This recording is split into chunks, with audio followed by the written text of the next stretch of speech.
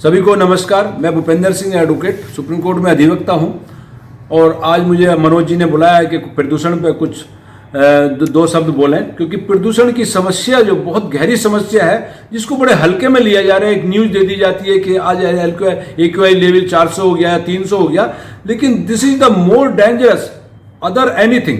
तो ये जो है बहुत डेंजरस चीज है। और पॉल्यूशन होता क्यों है इसका कोई रीजन नहीं बता रहा है। पॉल्यूशन का जिम्मेदार कौन है? पॉल्यूशन का जिम्मेदार केवल डेवलपमेंट सरकार की नीतियां हैं और कोई जिम्मेदार नहीं है, क्योंकि ये जितना भी इंफ्रास्ट्रक्चर पे कोई भी कार्य होता है तो अंडर रूल होता है और इस इंफ्रास्ट्रक्चर को देखने वाला कोई नहीं है। अननेचुरल लॉ से हटाकर अननेचुरल चीजों पर ले जाना अपने आप में प्रदूषण फैलाता है। तो ये अप्राकृतिक अननेचुरल जितना भी डेवलपमेंट हो रहा है ये प्रदूषण फैलाएगा, ये नहीं रोक सकते आप। पानी खत्म कर दिया गया, हवा समाप्ति की ओर है और यही लोग समाज में भी जहर घोल रहे हैं। इसी तरह का समाज भी समाप्ति की ओर जा रहा है। आज समाज में कोई सहयोग नहीं, कोई समाज नहीं, कोई सामाजिक कल्चर नहीं।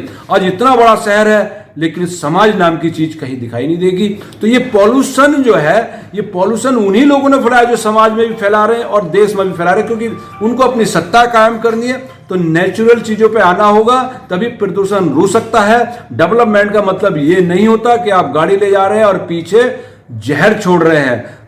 हमारी आप राम राज्य की बात करें, राम राज्य में कोई भी चीज पेट्रोल डीजल से नहीं चलती थी, सूर्य की ऊर्जा से चलती थी, बिल्कुल भी पॉल्यूशन नहीं होता था। हमारे हनुमान जी सभी ग्रहों पर घूमते थे लेकिन सूर्य की शक्ति से घूमते थे। तो उस शक्ति की तरफ जाना होगा, केवल बात करने से कुछ नहीं होगा।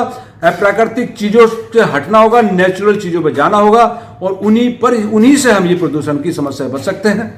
तो बच्चे सबसे ज्यादा असर किस पे करता है पोल्यूशन का? बच्चों पे, बुजुर्ग पे या जवानों पे? देखिए, प्रदूषण का असर तो कमजोर आदमी पर तो ज्यादा करेगा ही करेगा, लेकिन बच्चों पे इसका असर इस वजह से पड़ता है क्योंकि उनकी ग्रोथ हो रही होती है और ग्रोथ के लिए एक प्रदूषण फ्री एटमॉस्फेयर जितना ज्यादा होगा उतनी अच्छी ग्रोथ होगी, माइंड का डेवलपमेंट भी होगा।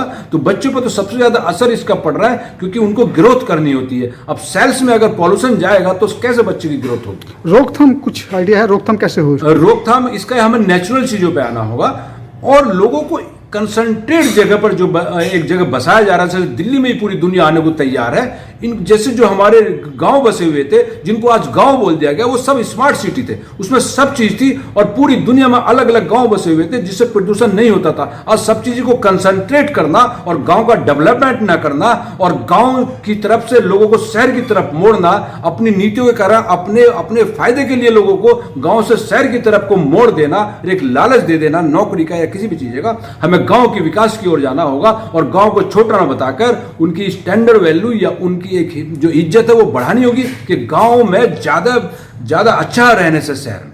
मतलब रोजगार, शिक्षा, जो भी सेवाएं हैं गांव में ज्यादा उपलब्ध हो तभी रुकेगा। हमारा गांव एक अपने आप में एक देश होता था। हमारे गांव में सब तरह की इंडस्ट्री होती थी, वहां पर कपड़ा भी बनता था, बर्तन भी बनते थे, सारी इंडस्ट्री एक गांव में होती थी। हमारा गांव अपने आप, और कभी भी वैदिक कल्चर में या पुरानी कल्चर में कोई बेरोजगार नहीं होता था। आज बेरोजगारी, आप कितनी भी फैक्ट्री लगा लिए, बेरोजगारी को नहीं रोक सकते क्योंकि ये अननेचुरल चीज है। प्राकृतिक चीजों का आप कर रहे हैं, नेचुरल चीजों में हमारे बताइए गांव में अब हजारों साल पहले भी कपड़ा बनता था, तो अब कैसे गांव में बेरोजगारी हो सकती थी? तो गांव से, लेकिन उस फैक्ट्री को खत्म करके, गांव के रोजगार को खत्म करके, मल्टीनेशनल कंपनियों ने उनकी फैक्ट्रियों को खत्म करके और कंसंट्रेट कर दिया, लोगों को कंसंट्रेट करके एक ही जगह कंसंट्रेट कर दिया गया। बिजनेस भी एक जगह कंसंट्रेट कर लिया गया, एक बड़ी बड़ी कंपनियों के हाथ में सारा बिजनेस चला गया।